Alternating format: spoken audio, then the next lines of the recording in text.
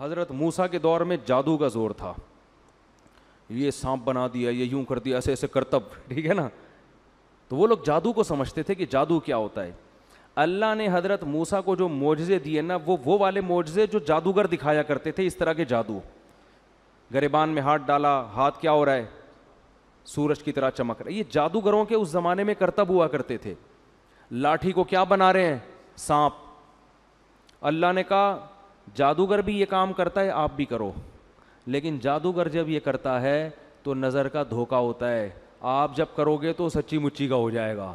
تو جادوگر خود کہیں گے بھائی اٹ ازنٹ پاسبل. کیونکہ اگر جادو نے ترقی نہ کی ہوتی تو لوگوں کو کیا پتہ چلتا کہ یہ جادو ہے یا حقیقت. جو علم ترقی کرتا ہے تو اس کے ماہرین پیدا ہوتے ہیں نا, وہ بتاتے ہیں بھائی یہ ممکن نہیں ہے. اگر عیسیٰ کو موسیٰ والے معجزے دیے جاتے, لاٹھی کو سانپ بنانے والے, تو اس وقت جادو کا ان لوگوں کو اتنا نہیں پتا تھا. وہ کہتے یار ہو سکتا ہے یہ جادو, یہ بھی جادو, یہ بھی جادو.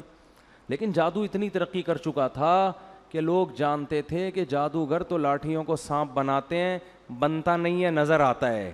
جب وہ گریبان میں ہاتھ ڈال کے نکالتے ہیں روشن نظر آتا ہے, ہوتا نہیں ہے. ادھر تو بھائی سچی مچی کا ہو رہا ہے بھائی, یہ کھوپڑی میں آنے والی بات نہیں ہے, یہ تو ممکن ہی نہیں ہے. تبھی اللہ نے حضرت موسیٰ کا مقابلہ کس سے کرا دیا, جادوگروں سے. اور ہزاروں جادوگروں نے جب لاٹھیوں کو پھینکا ہے, یخیل الیہ من سحرہم انہا تسعی. قرآن کہتا ہے پبلک کو دیکھنے میں ایسا لگا, حقیقت میں نہیں تھی وہ, دیکھنے میں ایسا لگا, ان کے جادو نے نا آنکھوں کو ایسے پردے ڈال دیے تھے, پبلک کو اور حضرت موسیٰ کو ایسا لگا کہ یہ سانپ ہے جو میری طرف دوڑ رہا ہے. اللہ خود قرآن میں کہتے ہیں یخیل, خیالی دنیا میں تھا, حقیقت میں ایسا نہیں تھا. ادھر موسیٰ علیہ السلام کو اللہ نے کہا آپ لاٹھی زمین پہ ڈالیں. جب حضرت موسیٰ نے ڈالی ہے فَإِذَا هِيَ ثُعْبَانٌ مُبِينٌ, واقعی اژدہا بن گئی. تبھی تو قرآن کہتا ہے کہ جادوگر ایک سیکنڈ بھی نہیں ٹھہرے, فوراً سجدے میں گر گئے. یہ نہیں کہ انہوں نے مشورہ کیا ہو کہ بھائی یہ دیکھو ذرا یہ بھی جادو ہے, ہمارا بھی جادو, تو ایکچولی ذرا ہم غور کرتے ہیں, ایک کانفرنس بلاتے ہیں, ہمارا آپس میں اس میں مذاکرہ ہوگا کہ اس کا لیبارٹری ٹیسٹ کروائیں کہ یہ سانپ واقعی سچی مچی کا ہے یا جھوٹی موٹی کا ہے کیا یہ. قرآن کہہ رہا ہے نا نا نا نا نا, فَأُلْقِي, دو لفظ قرآن میں بلاغت کے, ایک فا اور ایک القیا. فا کا مطلب فوراً, ادھر لاٹھی سانپ بنی ہے, ادھر جادوگر فوراً. اور قرآن کہہ رہے سجدے میں گرے نہیں, القیا, گرا دیے گئے. گرا دیے گئے کیا مطلب, اس کو کہتے ہیں ریفلیکٹ ایکشن. بعض دفعہ سوتے میں استری کے قریب آپ کا ہاتھ آتا ہے اور لاشعوری طور پر پیچھے ہٹ جاتا ہے, ہوتا ہے نا ایسے. یار ایک تو آپ لوگ کو اب سائنس اور ٹیکنالوجی بھی سکھانی پڑے گی. دیکھو دھماکہ ہوتا ہے بعض دفعہ, ہم اچھلتے پہلے ہیں, سوچتے بعد میں کہ ہوا کیا ہے. ایسا ہی ہے کہ نہیں ہے. اللہ نے ہمارے اندر کچھ لاشعوری ایسی سینس رکھی ہے, وہ ہمیں حادثات میں کام آتی ہے.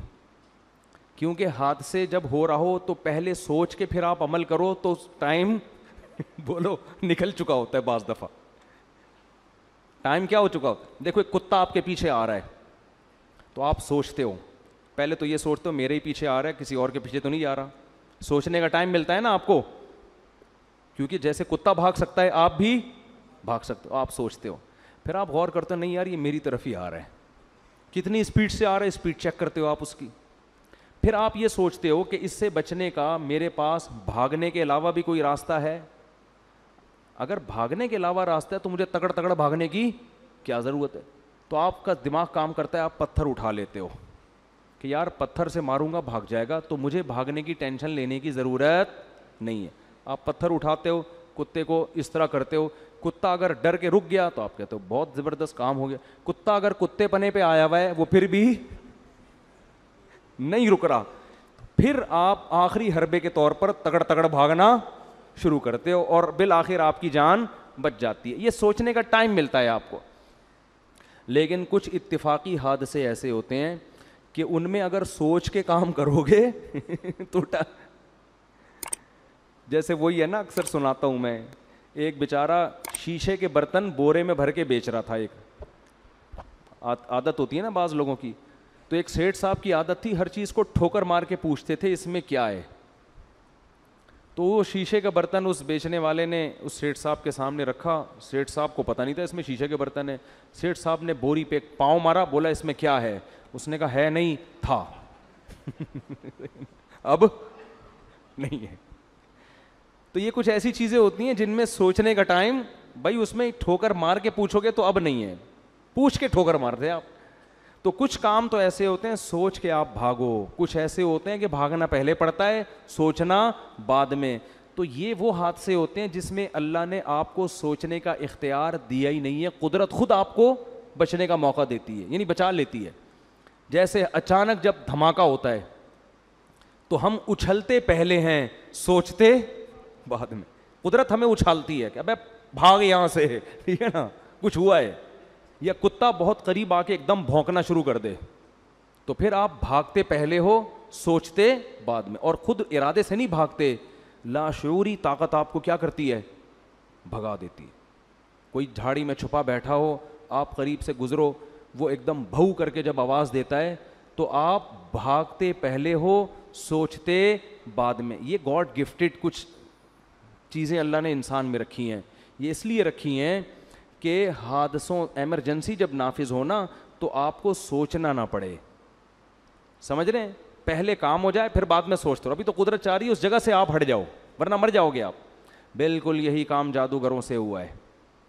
قرآن کہتا ہے کہ جب انہوں نے رسیوں کو, جب موسیٰ نے لاٹھی کو پھینکا اور وہ سانپ بنی ہے تو جادوگر سوچ کے سجدے میں نہیں گرے, گرے پہلے ہیں, سوچا بعد میں. کیوں گرے پہلے؟ ان کے لاشعور میں یہ بات بیٹھ گئی, بھائی یہ تو پیغمبر ہے, یہ تو پاسبل ہی نہیں ہے کہ لاٹھی سانپ بن جاؤ. بھائی پہلے سجدہ کرو, بعد میں سوچتے رہیں گے کہ یہ سجدہ صحیح کیا یا غلط کیا. نہیں آ رہی بات. یہ قرآن کی بلاغت ہے. جب موسیٰ نے لاٹھی کو پھینکا ہے, قرآن کہہ رہا ہے فَأُلْقِي, جادوگروں کو لاشعوری طاقت نے سجدے میں گرا دیا. یہ لاشعوری طاقت کون تھی؟ یہ وہی جو ہمیں دھماکوں کے وقت ہوشیار کر دیتی ہے, ہم ہل جاتے ہیں اچانک. تو جادوگروں نے جب یہ منظر دیکھا نا کہ بھئی یہ لاٹھی تو حقیقت میں سانپ بن گئی, یہ تو عملاً ممکن ہے ہی نہیں, یہ تو اللہ کا پیغمبر ہے, یہ اللہ ہی کر سکتا ہے, یہ جادو نہیں ہے. اتنا انسپائر ہوئے کہ قرآن کہہ رہا ہے کہ بغیر سوچے سمجھے سجدے میں گر گئے اور بغیر سوچے سمجھے کہنے لگے آمنا برب العالمین رب موسیٰ و ہارون, ہم رب العالمین جو موسیٰ اور ہارون کا رب ہے اس پر ایمان لے آئے. اب اس کے بعد سوچ رہے ہیں کہ ہمارا فیصلہ صحیح تھا یا غلط, یعنی اس کے انجام کیا ہے. تو سوچنے کے بعد ان کو یقین ہو گیا کہ ہم نے فیصلہ کیا کیا ہے, صحیح. اب فرعون دھمکیاں دے رہا ہے کہ تمہاری نورا کشتی تھی اور میں تمہارے ہاتھ پاؤں کاٹ کے لٹکا دوں گا. انہوں نے کہا لن نؤثرک علی ما جاءنا من البینات, اے فرعون موسیٰ کے برحق ہونے کے جو ہم نے دلائل دیکھ لی ہیں نا, اب ہم تیری بات پر یقین نہیں کریں گے. فقضی ما انت قاض, تو ہاتھ پاؤں کاٹنے کی بات کرتا ہے, جو تیرے بس میں ہے وہ کر لے. چند سیکنڈ کا ایمان ہے مگر کتنا پاورفل. اور فرعون کو کب سے دعوت دی جا رہی ہے, کم وقت کی سمجھ میں بات نہیں آ رہی. ان کو یقین ہو گیا کیونکہ ابھی تک نشانی نہیں دیکھی تھی نا, چند سیکنڈ کا ایمان ہے اتنا تگڑا. اور پھر فرعون کو کیا کہہ رہے ہیں, انما تقضی هذه الحیات الدنیا, تو جتنی سزا دے گا اسی دنیا میں دے گا نا, تو اس دنیا میں زیادہ زیادہ کیا کر لے گا, آگ میں ڈال دے گا, قتلے بنا دے گا, جیل میں ڈال دے گا, عمر قید کی سزا دے دے گا, تو 25-30 سال کے بعد مرمرا کے کیا ہو جائیں گے, ختم. اور آگے کہنے لگے ہم جو رب پر ایمان لائے ہیں نا, رب پر, اس پر جو ہمیں رب دے گا, واللہ خیر و ابقا, گاڈ کا جو انعام ہے وہ تجھ سے زیادہ اچھا بھی ہے اور ہمیشہ باقی رہنے والا بھی.